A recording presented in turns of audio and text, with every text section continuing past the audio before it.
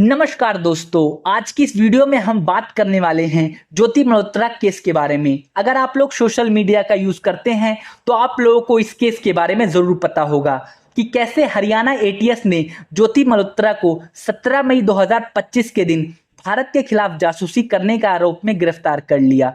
Haryana ATS ने ज्योति मल्होत्रा पे आरोप लगाया कि ज्योति मल्होत्रा ने भारत की खुफिया जानकारी पाकिस्तान वालों के साथ शेयर की। Haryana YouTuber Jyoti Malhotra, who's been arrested, remember, on charges of spying for Pakistan. She was surrounded by at least 6 gunmen while visiting Lahore, according to UK, Scotland. Okay. Yeah. Okay. Just making a little YouTube video. Acha. It's your first time in Pakistan? No, about 5 times. 5 times? Yeah. How will you feel about Pakistan? I love it. Pakistan's Zindabad. That's great. Do you have to come to India? Have you ever come to India? Yes, I've been to India, yeah. I'm from India. You're from India? Yes. All right, okay. Yeah. What do you think of Pakistan hospitality? Yeah? What do you think of Pakistan hospitality? It's great. Yeah. Absolutely loving. Nice, yes, there.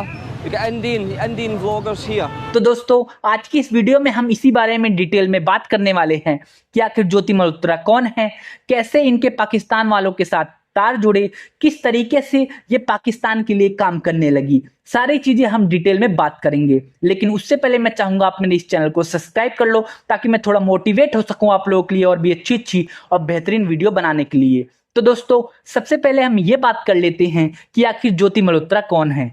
तो दोस्तों, ज्योति मल्होत्रा भारत की एक famous YouTuber हैं जिनके YouTube पे 4 से 5 लाख के आसपास फॉलोअर्स हैं। ये इंस्टाग्राम पे रील भी बनाती हैं। इनका जो मेन कंटेंट है यूट्यूब पे वो ट्रैवल ब्लॉग्स का है। तो दोस्तों, ट्रैवल ब्लॉग्स क्या होता है कि ये अलग अलग देशों में जाती हैं, उस देश की जो फेमस चीज होती हैं उसके ऊपर वीडियो बनाती है और यूट्यूब पे डालती हैं। इसी तरीके से ये पाकिस्तान भी कई बार जा चुकी हैं और वहाँ की फेमस चीजों के बारे में वीडियो बना चुकी हैं। एक कदम की दूरी और हम अभी पाकिस्तान में हैं। मैडम आपका आप सबका शुक्रिया अदा। पाकिस्तान सरकार से शिकायत है, गोलगप्पे नहीं मिल हिंदुस्तानी पाकिस्तानी बहन बहन यात्री डॉक्टर है ना। हेलो, सत श्री अकाल। हम आए पाकिस्तान। साडा दिल दिल्ली, तुहाडा दिल लाहौर। पाकिस्तान एम्बेसी के इस प्रोग्राम में जो भी पहुंची हुई है, बस वाघा बॉर्डर के बिल्कुल करीब आ चुके हैं हम। आज पाकिस्तान की सरजमी को अलविदा करने का समय आ चुका है। लेकिन यहाँ तक तो सब नॉर्मल लगता है, लेकिन कहानी तब शुरू होती है जब 17 मई 2025 के दिन हरियाणा एटीएस ने इनको गिरफ्तार किया। हरियाणा एटीएस का कहना था कि इन्होंने भारत की सेंसिटिव इंफॉर्मेशन पाकिस्तानी एजेंट के साथ शेयर किए। तो दोस्तों, हरियाणा एटीएस ने इनके कई सारे मोबाइल फोन, लैपटॉप, सारी चीजें अपने अंडर ले ली और इनको 9 दिन के लिए पुलिस रिमांड के लिए भेज दिया। और फिलहाल जो हरियाणा एटीएस है ये अलग अलग डाटा को रिकवर कर रही है। जो डाटा इनके लैपटॉप, इनके मोबाइल फोन से डिलीट हो चुकी है, उन सारी चीज़ों को रिकवर कर रही है और ऐसा माना जा रहा है कि इनके खिलाफ कुछ सबूत भी मिले हैं। तो दोस्तों, अब हम ये बात कर लेते हैं कि आखिर हरियाणा एटीएस को किस बात का शक हुआ जो इनको गिरफ्तार किया। तो दोस्तों, ये बात शुरू होती है तब जो ज्योति मल्होत्रा थी वो अलग अलग देश घूम चुकी थी। अब इनका मन हुआ कि ये पाकिस्तान भी घूमे। तो इनका जो वीज़ा था इन्होंने पाकिस्तान के लिए अप्लाई कर दिया था, लेकिन वो वीज़ा नहीं लग रहा था। तो इनकी एक फ्रेंड थी जो कि पंजाब में रहती थी। तो जो इनकी फ्रेंड है, इन्होंने अपनी किसी और दोस्त से बात करके इनके वीज़ा को लगवा दिया था। तो दोस्तों, जैसे कि आप लोगों को पता है कि जो यूट्यूबर्स होते हैं इनके कई सारे दोस्त होते हैं, उसी तरीके से ज्योति मल्होत्रा की भी वो दोस्त थी। इसके अलावा उस दोस्त ने क्या किया, ज्योति मल्होत्रा का नंबर भी उस बंदे के साथ शेयर कर दिया जिसने ज्योति मल्होत्रा का वीज़ा लगवाया था और ज्योति मल्होत्रा की उस बंदे से बात होने लगी। अब आप लोगों के मन में ये बात आएगी कि आखिर वो बंदा कौन था।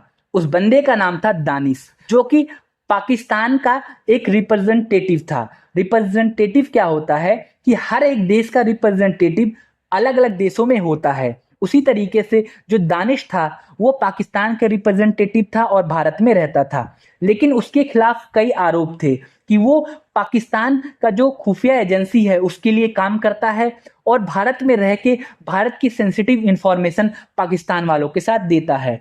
तो इसलिए जो दानिश है उसको 2024 में, मतलब पिछले ही साल, उसको वापस पाकिस्तान भेज दिया गया था। तो दोस्तों अब आप लोगों के मन में ये बात आई होगी कि आखिर उसको गिरफ्तार क्यों नहीं किया गया। तो दोस्तों एक रूल है कि किसी भी देश के रिप्रेजेंटेटिव को या दूत को हम गिरफ्तार नहीं कर सकते, बस उसको ये बोल सकते हैं कि आप अपने देश वापस चले जाओ। इसी तरीके से दानिश को वापस पाकिस्तान भेज दिया गया। लेकिन दानिश से जो ये बात करती थी ज्योति मल्होत्रा सोशल मीडिया के जरिए, और धीरे धीरे इनकी दोस्ती बढ़ने लगी। इसके अलावा जब ये पाकिस्तान गई, जब वहाँ के ट्रेवल ब्लॉग्स बनाती थी, तो अगर हम लोग नॉर्मल पाकिस्तान या किसी भी देश में जाएंगे तो वहाँ जब ट्रेवल ब्लॉग्स बनाएंगे तो हम नॉर्मल अकेले घूमेंगे। लेकिन जब ज्योति मल्होत्रा घूमती थी तो उनके साथ कई सारे सिक्योरिटी गार्ड्स घूमते थे, करीब 5-6 कमांडो घूमते थे, और उसके पीछे क्या रीजन था किसी को नहीं पता। True. So yeah, guys, new Anarchy Bazaar. I couldn't be any more obvious. I'm from Scotland, UK, Scotland. Okay. Oh, yeah, okay. just making a little YouTube video. Acha. It's your first time in Pakistan? No, about 5 times. 5 times? Yeah. How will you feel about Pakistan? I love it. Pakistan Zindabad. That's great. Do you have to come to India? Have you ever come to India? Yes, I've been to India. Yeah. I'm from India. You're from India? Yes. All right. Okay. Yeah. What do you think of Pakistan hospitality? Yeah? What do you think of Pakistan hospitality? It's great. Yeah. Absolutely loving. Nice. Yes. There. You got Indian vloggers here. तो जब Haryana ATS ने इस बात को notice करी तो उनको लगा कि इसके पीछे क्या रीजन है, क्यों इनके पीछे 4-5 कमांडो पाकिस्तान में घूम रहे हैं। इसके अलावा जो ज्योति मल्होत्रा थी वो पाकिस्तान में जो बड़े बड़े जो नेता होते हैं, जो बड़े बड़े अफसर होते हैं, उनकी बड़ी बड़ी पार्टियां होती हैं, तो उन पार्टियों में जाती थी। इसके अलावा ये दानिश से भी काफी बातें करती थी। Hello ma'am. Hello Danish ji, thanks for inviting. Oh, no problem. My pleasure. Rajo, this is Manu Mehta. Manu madam super चाचा। भाई साहब मैं तो हिल गई।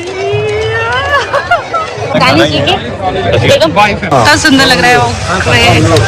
ठीक ठाक हो? की हाल है ਤੁਹਾਡੇ ਜੀ दानिश जी? एक ही हो रही है, नॉर्मल वीडियो बन रही है। दानिश जी ਤੁਹਾਨੂੰ जी बस मैं इतना खुश होगी देख के, इतना क्या अरेंजमेंट है, सुपर चाचा।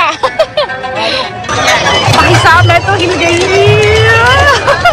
दानिश जी की बेगम बहुत सुंदर लग रहा है वो। ठीक ठाक हो? की हाल है ਤੁਹਾਡੇ जी दानिश जी? एक ही हो रही है, नॉर्मल वीडियो बन रही है। दानिश जी ਤੁਹਾਨੂੰ जी यात्री डॉक्टर है ना? हेलो, सत श्री अकाल, नमस्ते, कैसे हो आप? Big fan sir. मेरे को मतलब कोई शर्म नहीं एक्सेप्ट करने में, I am your big fan. अरे थैंक यू सो मच। हमने भी आपकी वीडियो देखी थी पाकिस्तान जाने से पहले। अच्छा, जब देखी थी? हमसे पहले गए थे ना। हाँ, उनसे भी मेरी बात हुई थी। वकास भाई है ना, वो मिले अच्छा भी अच्छा थे। अच्छा, हाँ डाली थी उन्होंने, शायद फोटो डाली थी। नासिर डिल्लो जी भी, उनसे मिलेंगे नेक्स्ट टाइम। अच्छा, आपसे मिलकर अच्छा लगा, कांग्रेचुलेशन आपकी एंगेजमेंट। तो हरियाणा एटीएस को शक हुआ कि आखिर ऐसा ये क्यों कर रही हैं, मतलब कि ये ऐसे लोगों से क्यों मिल रही हैं, क्यों बात कर रही हैं जो भारत के लिए संदिग्ध हैं, और इस इंफॉर्मेशन को ये भारत में आके शेयर भी नहीं करती थी कि वो पाकिस्तान में किन किन लोगों से मिली हैं। ये सारी चीज़ें थी। इसके अलावा जब ये ब्लॉग्स बनाती थी तो ये ज़्यादातर गुजरात, राजस्थान और पंजाब में जाके ज़्यादा ब्लॉग्स बनाती थी। वहाँ के जो बॉर्डर एरिया होते थे उनके ब्लॉग्स बनाती थी और अपने वीडियो में शेयर करती थी। इसके अलावा जब हरियाणा एटीएस ने इनके कॉल को ट्रेस किया तो पता चला कि ये पाकिस्तान में कई सारे लोगों से बात करती थी, और जब हरियाणा एटीएस ने इनको गिरफ्तार किया और इनके फ़ोन को चेक किया तो इनके फ़ोन में कई सारे पाकिस्तानी लोगों के नंबर मिले जो कि अलग अलग नाम से सेव थे, और ये सारे जो बंदे थे ये एजेंट थे, और इन एजेंटों के साथ ये बात करती थी। बहुत सारे अलग अलग चैट थे, जो कि अभी इस चीज़ की मैं कंफर्म इंफॉर्मेशन नहीं दे सकता, लेकिन जो न्यूज़ निकल के आई है उस हिसाब से मैं बता रहा हूँ। तो दोस्तों इसी वजह से ज्योति मल्होत्रा को करीब 9 दिन की रिमांड के लिए भेज दिया गया है, और ये रिमांड अब बढ़ा दी गई है, और 28 मई 2025 के दिन अब इनको जुडिशियल रिमांड के लिए भेज दिया गया है। मतलब अब ये अदालत की निगरानी में रहेंगी, और आने वाले टाइम में देखते हैं कि आखिर इनके केस में क्या बदलाव, क्या अपडेट आता है। तो दोस्तों अब हम इस बारे में बात कर लेते हैं कि क्या ये सच में स्पाई रही होंगी। तो दोस्तों मैं आपको क्लियर कट बताऊं तो क्या होता है, कई बार हमें पता नहीं होता है कि हम किसी देश के लिए स्पाई का काम कर रहे हैं। जैसे कि जो ये दानिश था, या फिर जो ये पाकिस्तान के बड़े बड़े राजनेता या बड़े बड़े अफसर थे, ये ज्योति मल्होत्रा को हो सकता था लुभाने ऑफर देते होंगे और बोलते होंगे कि आप हमारे देश में आइए, ट्रैवल ब्लॉग्स बनाइए, इनको काफ़ी अच्छा एक्सेस देते होंगे अलग अलग जगहों पे। अब ये क्या करती थी, इनको बड़ा अच्छा लगता था कि यार पाकिस्तान वाले कितने अच्छे हैं और मुझे अलग अलग जगहों पे एक्सेस दे रहे हैं। अब इस चीज़ का यूज़ करके हो सकता था दानिश या पाकिस्तान वाले इनको बोलते होंगे कि आप भारत के अलग अलग जगहों पे जाओ, जहां पे इंडियन आर्मी के कैंप्स हैं उनके ब्लॉग्स बनाने की कोशिश करो। हो सकता है, इस बात की कोई कंफर्मेशन नहीं है, बट हो सकता है ऐसा बोला जाता हो, क्योंकि आप लोगों को पता है कोई देश किसी भी छोटे मोटे यूट्यूबर के लिए इतना सब कुछ नहीं करेगा कि आपको इफ्तार पार्टी में बुलाए, आपको बड़े बड़े जो राजनेता की पार्टियों में बुलाया जाए। मतलब इनके सिर्फ 3 से 4 लाख फॉलोअर्स थे और इनको बड़े बड़े पार्टियों में बुलाया जाता था, इनको सिक्योरिटी दी जाती थी, तो इसके पीछे कोई ना कोई रीज़न रहा होगा। इसके अलावा इनके ब्लॉग्स में एक पाकिस्तान के लिए सॉफ्ट कॉर्नर दिखता था। मतलब ये ज़्यादातर ऐसे बोलती थी कि जब जो भारत में अभी अटैक हुआ था कश्मीर में, तो उस टाइम ये बोल रही थी कि आतंकवादियों की तो गलती है, लेकिन जो हिंदुस्तान के लोग हैं उनको भी संभल के रहना चाहिए। तो आप इससे समझ सकते हैं कि ये पाकिस्तान के लिए एक सॉफ्ट कॉर्नर रखती थी। क्या ये सच में एक स्पाई थी? अभी इस चीज़ का कोई खुफिया सबूत नहीं मिला है, लेकिन इनके सारी चीज़ों को चेक किया जा रहा है। हो सकता है आने वाले टाइम में इनके खिलाफ कोई सबूत मिले। अगर इनके खिलाफ कोई सबूत मिलता है तो इनको 14 से लेके 20 साल तक की सजा हो सकती है, हो सकता है उम्र कैद भी हो जाए अगर इनके खिलाफ कोई ठोस सबूत मिलता है। और इसके अलावा इनके बैंक अकाउंट को सीज कर दिया गया है। इनके पैसे को भी देखा जा रहा है कि कहीं पाकिस्तान से इनके पास पैसे तो नहीं आते थे। अगर इनके पास ऐसा कोई सबूत मिलता है कि पाकिस्तान से पैसे आ रहे हैं तो इनके खिलाफ और भी बड़ा केस चल सकता है। और भी कई सारे यूट्यूबर के खिलाफ केस दर्ज किए गए हैं जो इनसे बिलोंग करते थे। ये मैं आपको दिखाऊं, ज्योति मल्होत्रा का वही घर है जहां पर हरियाणा पुलिस ने उसे जासूसी के मामले में गिरफ्तार किया। लेकिन हम आपको घर के अंदर भी लेकर चलते हैं और दिखाते हैं कि किस तरह से ये पूरा जो ऑपरेशन हुआ है वो उसको अंजाम दिया गया है। ये उनके पिता है विशाल, उनसे भी बात करते हैं कि क्या है। उसके बाद हम ज्योति के कमरे को भी दिखाएंगे जहां पर ज्योति रहती थी। आपको कब जानकारी मिली और कब पुलिस फिलहाल? जी, वीरवार को आई थी जी। आप पिता हैं उनके? हाँ जी। आपको जानकारी थी कि आपकी बेटी पाकिस्तान गई है लोगों से? तो जब बाहर जाती थी तो बताती थी? नहीं, मेरे को नहीं बता के क्या करती थी, कहाँ जाती थी, क्या जाया करती जी? सुबह तक गई, अगले दिन आ जाना। अच्छा, पाकिस्तान जाती थी तो 2-3 दिन या कहीं और देश जाने के लिए? यूँ तो 4-5 दिन भी जाया करते, ये नहीं पता कहाँ जाया करते। अच्छा, तो आपसे उससे बातचीत होती थी तो क्या बात होती थी? वो मेन बात हुआ करती, बाकी इस चीज़ की बात नहीं हुआ करती, कहाँ जा रही है कहाँ नहीं जा रही। नौकरी वोकरी को लेकर कभी आप बातचीत नहीं? नौकरी नहीं करा करती जी। अच्छा, फिर कैसे फिर काम करती थी वो? ये छोटी मोटी वीडियो बना दिया करती वीडियो। अच्छा, बस उससे ही चलते था काम। आपके घर में और कौन कौन है फिलहाल? हम 2 भाई हैं, एक मेरी बेटी है। अच्छा, एक ही बेटी है आपकी? तो पाकिस्तान से जब उसका संबंध हुआ तो क्या आपको इसकी जानकारी मिली? आपको पहले ऐसा कुछ अंदेशा था या पाकिस्तान जब गई तो उसके बारे में उसने आपको जानकारी दी कुछ कि मैं पाकिस्तान जाने वाली हूँ, मैं वहाँ?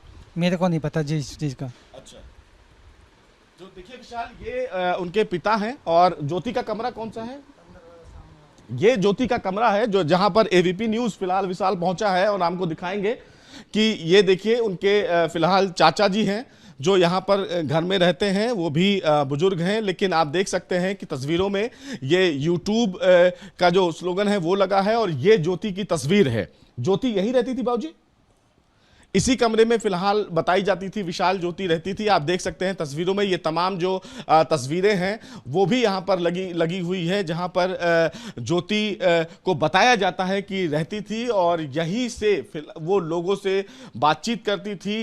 वीडियो बनाया जाता था और जो तमाम पाकिस्तान से संबंधित लोग हैं उनसे उनके नंबर उसके मोबाइल में सेव थे, लेकिन जो नंबर सेव थे उन नंबरों में सही नाम नहीं सेव था और उसी नंबरों की तलाश अब की जा रही है। सहवाज राणा का नाम आ रहा है सामने, दानिश का नाम आ रहा है और सबसे बड़ी बात विशाल कि जो इन लोगों को फंड मिलता था, जो पैसे मिलते थे, उन बैंक खातों की भी जांच अब की जाएगी कि जो पैसे मिल रहे थे वो कैसे मिल रहे थे। और जो 6 लोग गिरफ्तार किए गए हैं इस मामले में ऑफिशियल सीक्रेट्स लीक के अधिनियम के आधार पर, उन तमाम पहलुओं की जांच की जाएगी। लेकिन ये वही कमरा है जहां तो दोस्तों उम्मीद करता हूँ आपको इस केस के बारे में डिटेल में पता चला होगा।